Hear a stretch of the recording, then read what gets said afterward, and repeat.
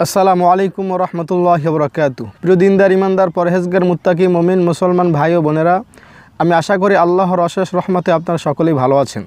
দর্শক, আজকে আলোচনা করব বিশ্ব নবী আমাদের প্রাণপ্রিয় নবী মুহাম্মদ সাল্লাল্লাহু আলাইহি সাল্লাম কোন দোয়াটা সবচেয়ে বেশি পাঠ করতেন এ সম্পর্কে সংক্ষিপ্ত কিছু কথা বলবো। দর্শক, আমাদের নবী কম বেশি সকল দোয়া পাঠ করতেন, যার কারণে আমরা মসজিদে ঢোকার সময় দোয়া পড়ি, বাথরুমে ঢোকার সময় দোয়া পড়ি, ঘুমে যাওয়ার সময় দোয়া পড়ি। এই দোয়াগুলো আমাদের নবী আমাদেরকে শিক্ষা দিয়েছেন। এমনিভাবে কিছু কিছু দোয়া বিশেষ গুরুত্বপূর্ণ, যে দোয়াগুলো আল্লাহর রসুল সবচেয়ে বেশি পাঠ করতেন। এর মধ্যে একটি দোয়া, যে দোয়াটি আজকে উল্লেখ করব, সেটি নবীজি সবচেয়ে বেশি পাঠ করতেন। এই দোয়াটি রয়েছে কোরআন শরীফে এবং এই দোয়াটির কথা হাদিস শরীফেও বর্ণিত হয়েছে। যেমন হযরত কাতাদা রাদিয়াল্লাহু তাআলা আনহু হযরত আনাসকে জিজ্ঞেস করলেন, হে আনাস, তুমি আমাকে বলো যে রসুল কোন দোয়াটা সবচেয়ে বেশি পাঠ করতেন। তখন হযরত আনাস কাতাদাকে বলল যে নবী করিম সাল্লাল্লাহু আলাইহি সাল্লাম সবচেয়ে বেশি যে দোয়াটি পাঠ করতেন সেটি হচ্ছে এই দোয়াটি। আপনারা দেখতে পাচ্ছেন ভিডিও স্ক্রিনে, রব্বানা আতিনা ফিদ দুনিয়া হাসানাতাও ওয়া ফিল আখিরাতি হাসানাতাও ওয়া কিনা আযাবান নার। এই দোয়াটি নবী করিম সাল্লাল্লাহু আলাইহি সাল্লাম সবচেয়ে বেশি পাঠ করতেন। এই দোয়াটি রয়েছে কোরআন শরীফের সূরা বাকারার মধ্যে।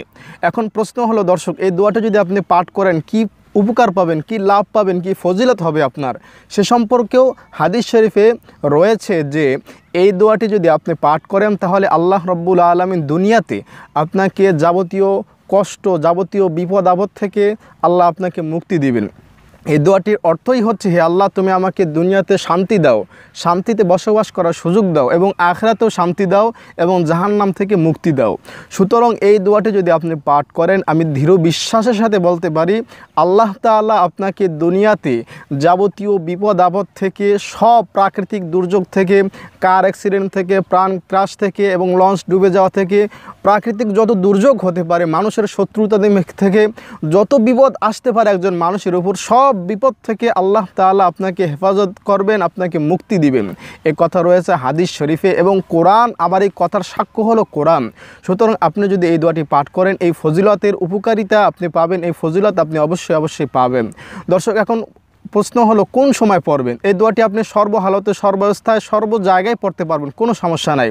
তবে 5 ওয়াক্ত নামাজের পরে পড়লে বেশি উপকার পাবেন। তাই আপনি 5 ওয়াক্ত নামাজের পরে মোনাজাত যখন ধরবেন তখন এই দোয়াটি একবার করে পাঠ করবেন, তাহলে এই উপকারগুলো আপনি লাভ করতে পারবেন। তো আশা করি দর্শক, ভিডিওটি আপনার কাছে ভালো লেগেছে। যদি ভালো লেগে থাকে তাহলে একটি লাইক দিয়ে যাবেন এবং এই ভিডিওটি শেয়ার করে আপনার বন্ধু বান্ধবের মাঝে ছড়িয়ে দেবেন। এবং আপনি যদি চ্যানেলটিতে নতুন হয়ে থাকেন তাহলে তো অবশ্যই সাবস্ক্রাইব করবেন। আপনাদের মঙ্গল কামনা করে আজকের মতো সাময়িক বিদায় নিচ্ছি। ভালো থাকুন, সুস্থ থাকুন। আসসালামু আলাইকুম।